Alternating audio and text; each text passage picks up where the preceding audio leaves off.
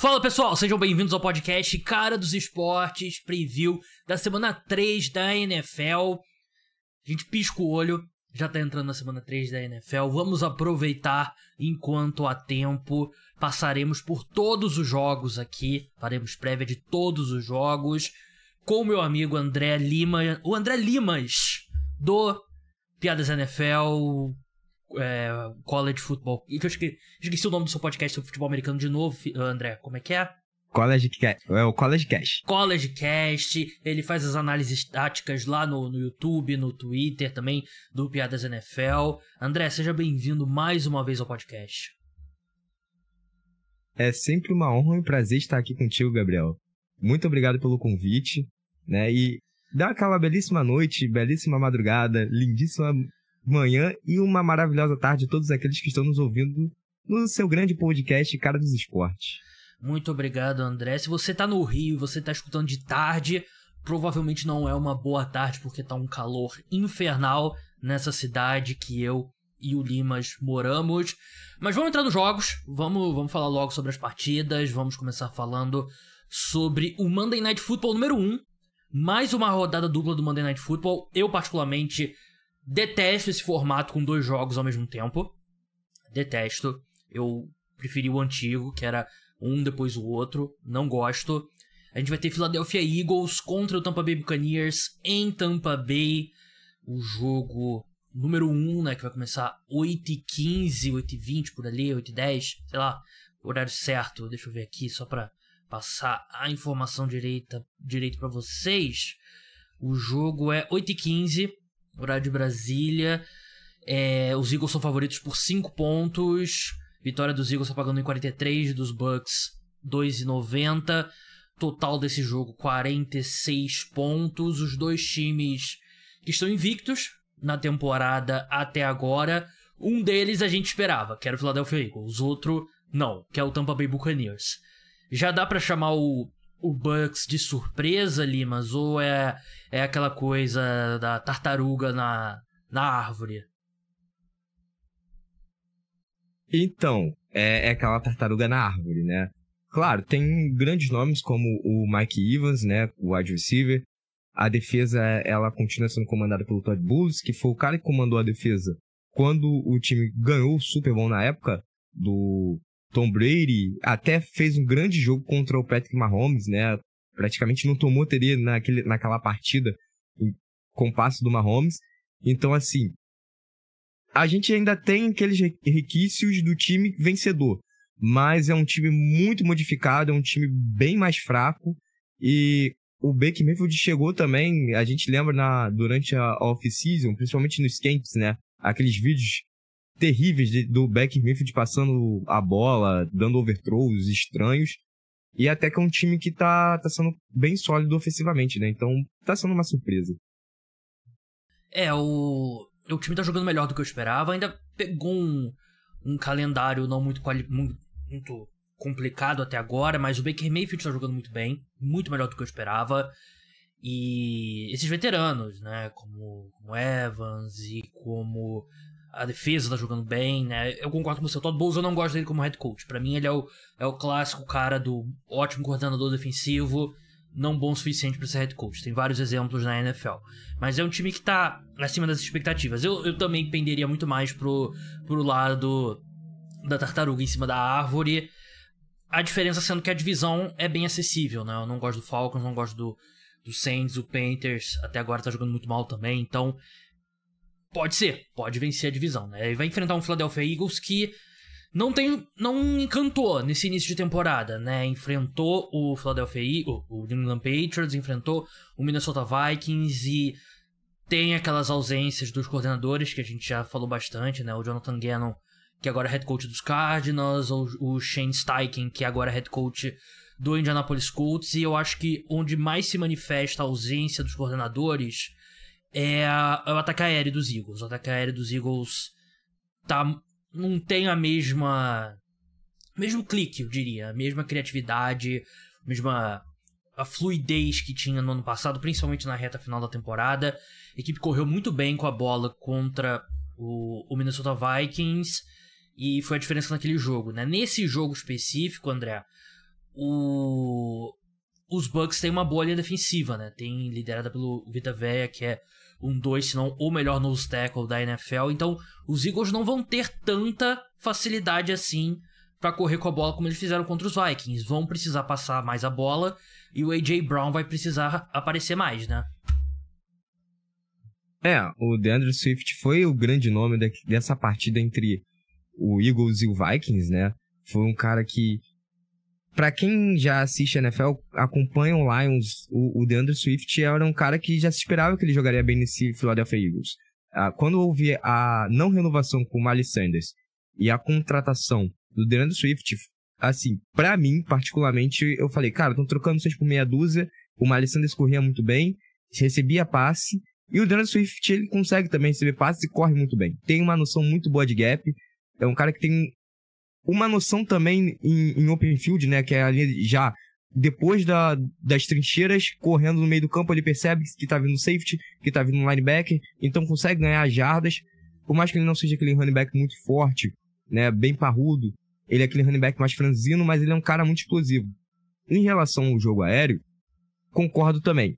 Parece que não engrenou ainda, estão tentando encontrar a melhor maneira para fazer com que o Jalen Hurts se sinta confortável e que as defesas já não estejam preparadas, né? Porque a partir do momento que você é um time que chega no Super Bowl, todo mundo espera que o seu ataque mantenha com o nível de play call e automaticamente as defesas te estudam e logo você terá jogos mais difíceis. Então você tem que alterar um pouco o seu play call, um pouco o seu estilo de jogo. Então esse início mesmo para Philadelphia vai ser um pouco mais lento e talvez sofra também nessa partida contra o Tampa. Dito tudo isso, que eu concordo com o que você falou, principalmente essa questão do time do Super Bowl sempre é muito destrinchado, né? Então, os times enfrentam os Eagles mais preparados pro que a equipe faz, apesar de ninguém ter conseguido encontrar ainda uma alternativa pro QB sneak do Jalen Hurts, né? Dito tudo isso, meu palpite aqui é Philadelphia Eagles. Eu acho que é um time muito mais talentoso, tem um quarterback muito superior. Mesmo o jogo sendo em Tampa, eu acho que os Eagles vencem. E você, Limas? Eu estou com você, eu acho que Philadelphia vence, até porque até o momento o Baker Mayfield ele também não foi pressionado, né? Você falou um fator interessante, esse front seven, né? Aquela disputa ali nas trincheiras do time do Philadelphia Eagles é uma das melhores da liga. Então acho que sim, vai ser um jogo onde o Baker Mayfield vai acabar mostrando aquele Baker Mayfield que a gente conhece, né? Vamos passar para o segundo Monday Night Football, né? Que começa 9h15. Reedição do Super Bowl Los Angeles Rams e Cincinnati Bengals, né? O penúltimo Super Bowl. Os Bengals são favoritos por 2,5 pontos. Vitória deles está pagando 1,71, dos Rams 2,20. Total desse jogo 43,5. A grande dúvida é a questão do Joe Burrow, mas essa própria linha aqui, acho que dá uma indicação de que ele deve jogar na segunda-feira. É a minha expectativa. O Zach Taylor, head coach do Cincinnati Bengals, não confirmou, mas ainda falou que é dúvida, não sabe ainda o status, mas acredito que o Joe Burrow vai pro jogo. Só que ele não tem jogado bem, né? Ele perdeu a maior parte do training camp com uma lesão na panturrilha, voltou a sentir essa lesão no jogo contra os Ravens no domingo, e tem sido o grande... Sim, tem várias outras questões esse ataque dos Bengals, mas o desempenho individual do Joe Burrow, você isolando os outros problemas do time, por exemplo, o Zach Taylor, eu não acho que ele é um bom head coach, o Joe Burrow ainda assim tá deixando muito a desejar. E num jogo que tem toda essa questão física, é difícil acreditar que vai ser nessa segunda-feira que a gente vai ver aquele Joe Burrow que era um dos melhores quarterbacks da NFL na última temporada, que se colocou na disputa pelo MVP, porque ele tem sido muito longe disso nessas 2 primeiras semanas. E esse é um fator também que, inclusive, até mostrou no último Monday Night, né, do jogo entre Cleveland Browns e Steelers, que o Bengals ele é um time que começa a temporada perdendo. Ele demora a engrenar. Esse time do Zach Taylor, principalmente, é um time onde ele começa mal, demora a engrenar, principalmente ofensivamente, e com isso pode ser um fator que faça uma grande diferença nesse Monday Night contra o Rams. Óbvio, não é aquele Los Angeles Rams de temporadas anteriores, né? Principalmente há 2 temporadas atrás, onde foi o Super Bowl. Mas é um time onde ainda tem o Aaron Donald como principal jogador na defesa.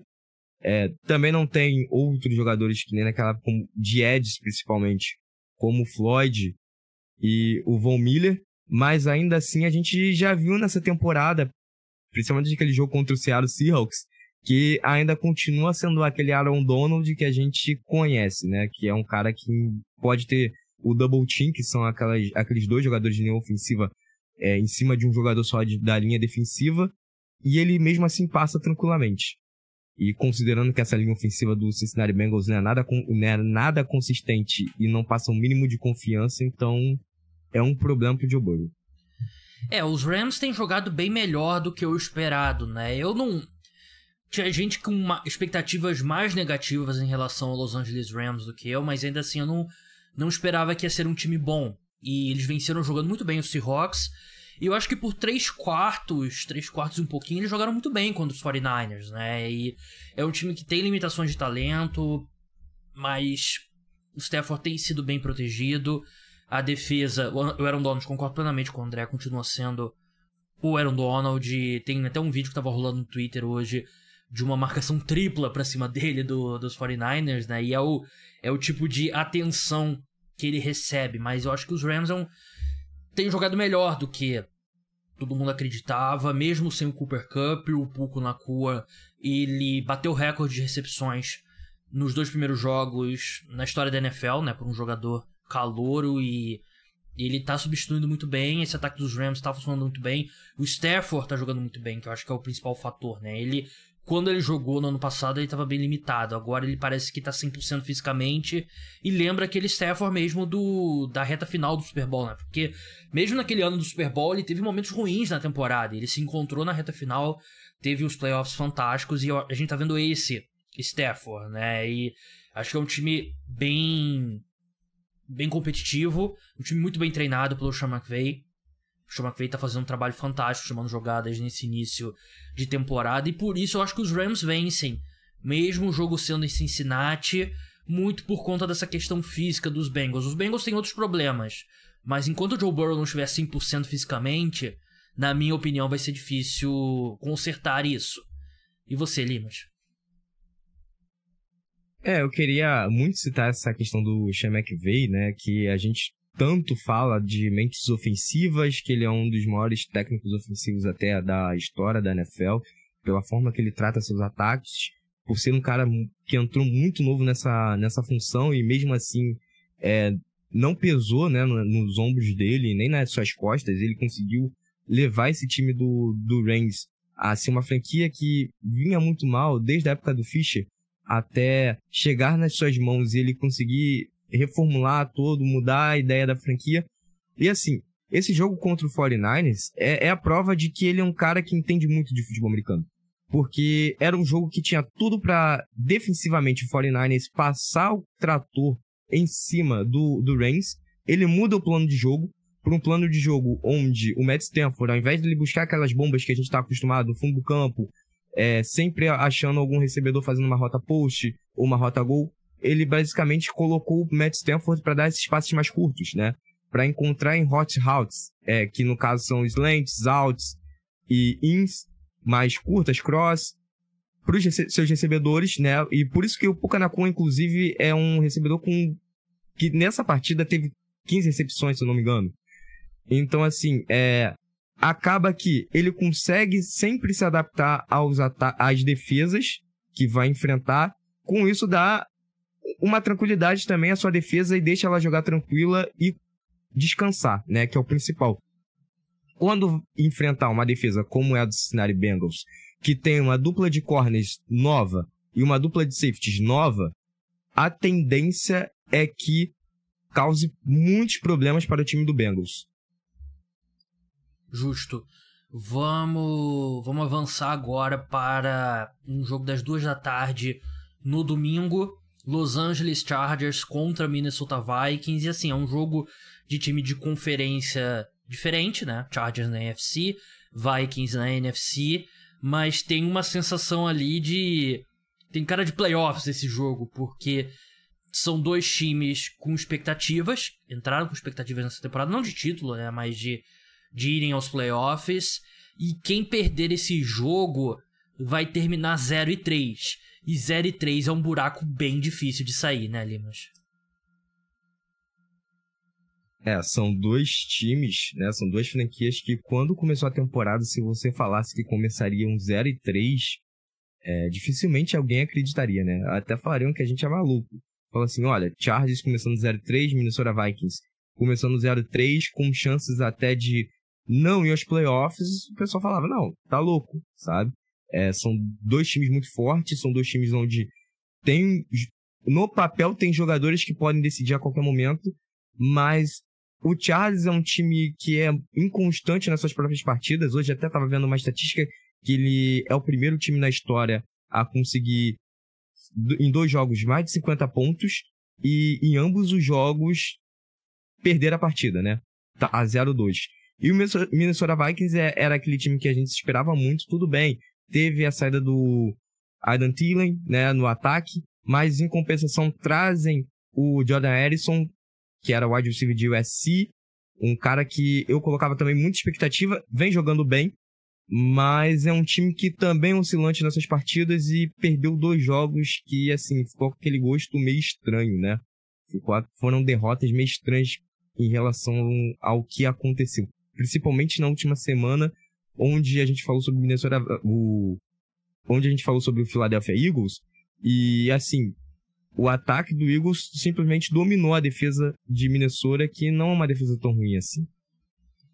Eu discordo quanto ao seu último ponto. Eu acho que a defesa dos Vikings realmente é ruim.